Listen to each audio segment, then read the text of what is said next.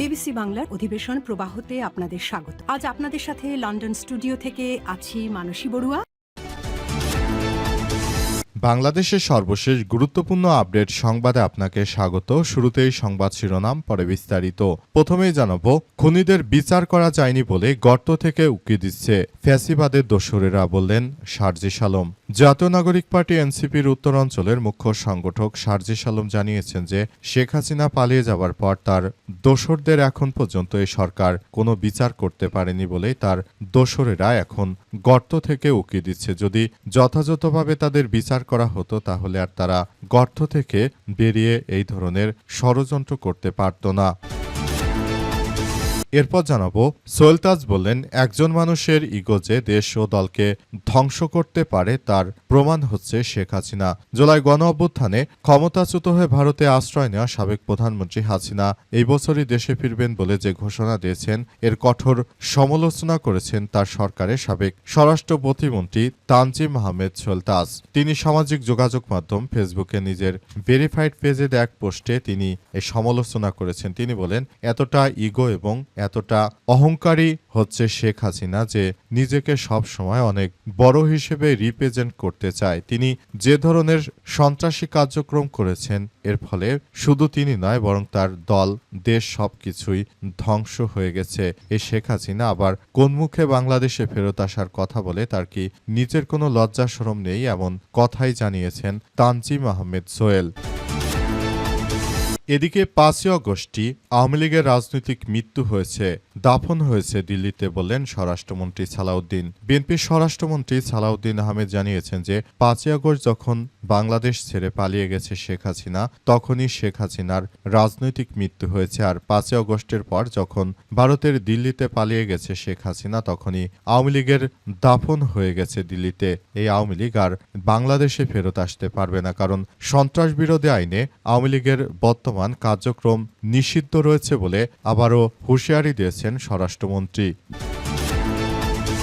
এদিকে বাংলাদেশ যুক্তরাষ্ট্র সম্পর্ক আরও গভীর করার প্রত্যাশা ডেপুটি স্পিকারের। বাংলাদেশ ও যুক্তরাষ্ট্রের মধ্যকার সম্পর্ককে আরও বিস্তৃত ও গভীর করার প্রত্যাশা ব্যক্ত করেছেন জাতীয় সংসদের deputy speaker barrister Kaiser Kamal. তিনি বলেছেন, দুই দেশের বন্ধুত্ব শুধু কূটনীতি, বাণিজ্য কিংবা কৌশলগত সহযোগিতার উপর নির্ভরশীল নয়, বরং সংস্কৃতি, গণতান্ত্রিক মূল্যবোধ এবং জনগণের সঙ্গে জনগণের আন্তরিক সম্পর্কই এই অংশীদারিত্বের প্রকৃত ভিত্তি।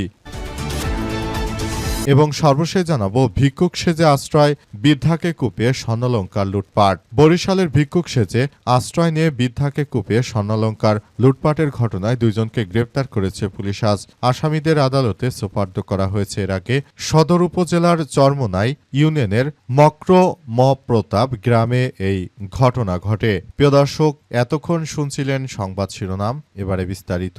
তবে তার আগে বন্ধুরা অনুরোধ থাকবে, এই সংবাদটিতে একটি লাইক দিন। এই চ্যানেলে আপনি নতুন হয়ে থাকলে আমাদের সংবাদটি দেখতে দেখতে চ্যানেলটি সাবস্ক্রাইব করে রাখুন। কমেন্ট করে বন্ধুরা আপনার মূল্যবান মতামত জানিয়ে দিন আপনি বিশ্বের কোন দেশ থেকে বা বাংলাদেশের কোন স্থান থেকে আমাদের সংবাদটি দেখছেন এবং শুনছেন। আর বন্ধুরা, সংবাদটি আপনার সোশ্যাল মিডিয়া ফেসবুকে শেয়ার করে বন্ধুদেরও দেখার সুযোগ করে দিন। গাজা যুদ্ধে আপনি যদি নিরীহ ফিলিস্তিনিদের ভালোবেসে থাকেন বন্ধুরা, কমেন্টে ইয়েস লিখে পুরো বিশ্বকে আমাদের এই তাজা আপডেটটি দেখার সুযোগ করে দিন। এবারে বিস্তারিত। সার্জিস আলম বললেন, খুনির বিচার করা যায়নি বলে তারা এখনো গর্ত থেকে উকি মারছে। জাতীয় নাগরিক পার্টি এনসিপির মুখ্য সমন্বয়ক উত্তরাঞ্চলের মুখ্য সংগঠক সার্জিস আলম জানিয়েছেন যে শেখ হাসিনার বিচার করা যায়নি বলে তার দল এখনো বাংলাদেশে এইভাবে সন্ত্রাসী কার্যক্রম চালিয়ে যাচ্ছে। যদি যথাযথভাবে হাসিনার বিচার করা যেত তাহলে পালিয়ে থাকা গর্ত থেকে স্বৈরাচারেরা তারা কোনোভাবেই আর উকি দিতে পারত না বলে জানিয়েছেন সার্জিস আলম। তিনি বলেন, এ কারণেই আমরা মূলত দেখতে পাচ্ছি যে শেখ হাসিনার মতো স্বৈরাচার এখন বাংলাদেশে ফেরত আসার মতো বিভিন্ন অপ্রাসঙ্গিক কথাবার্তা বলছে। তিনি আরও জানান, তাই বলতে চাই বর্তমান সরকারকে যে আর কতটা নতজানু হবেন। 17 বছর তো দেশ ছেড়ে পলাতক ছিলেন, এখন দেশে আসার সুযোগ করে দিয়েছে ছাত্র জনতার, তাদের সঙ্গে শত্রুতা শুরু করেছেন। আপনাদের যদি ন্যূনতম লজ্জাবোধ থাকে তাহলে আপনারা 5ই আগস্টের পর যে সন্ত্রাসী, চাঁদাবাজি, রাহাজানি হয়েছে এসব কিছু বন্ধ করুন। যদি এগুলো বন্ধ করতে না পারেন তাহলে আগামীতে আপনাদের জন্য এক ভয়াবহ দিন অপেক্ষা করছে। শারজিস আলম জানিয়েছেন যে যদি পালিয়ে যাওয়া স্বৈরাচারে বিচার করতে না পারেন দেশের জনগণ কিন্তু আপনাদের ক্ষমা করবে না। তাই এখন সময় এসেছে, এখনই এই পালিয়ে থাকা, ঘাপটি মেরে থাকা স্বৈরাচারদের বিচার বাংলাদেশের মাটিতেই করতে হবে। যদি বিচার নিশ্চিত করতে পারেন তাহলে দেশের জনগণ আপনাকে বারবার নির্বাচিত করবে, কিন্তু যদি জনগণকে আপনারা বৃদ্ধাঙ্গুলি দেখান তাহলে এদেশটায় কখনো আর কোনোদিন ভালো কিছু করতে পারবেন না। পুরোপুরি আপনাদের নতুন করে বিষয়গুলো খুবই খারাপভাবে দেখতে হবে। এ অবস্থায় আসলে আপনারা যেটা শুরু করেছেন সেটা বলতে চাই, আপনাদের জন্য খুবই বিপজ্জনক কিছু আসার আগে আপনারা এই পথ থেকে সরে দাঁড়ান। ফ্যাসিবাদের বিচার নিশ্চিত করতে যদি বিলম্বিত করেন তাহলে জনগণ ক্ষমা করবে না। সোহেল তাজ বললেন, একজন মানুষের ইগো যে দেশ এবং দলকে ধ্বংস করতে পারে তার প্রমাণ হচ্ছে পালিয়ে যাওয়া হাসিনা।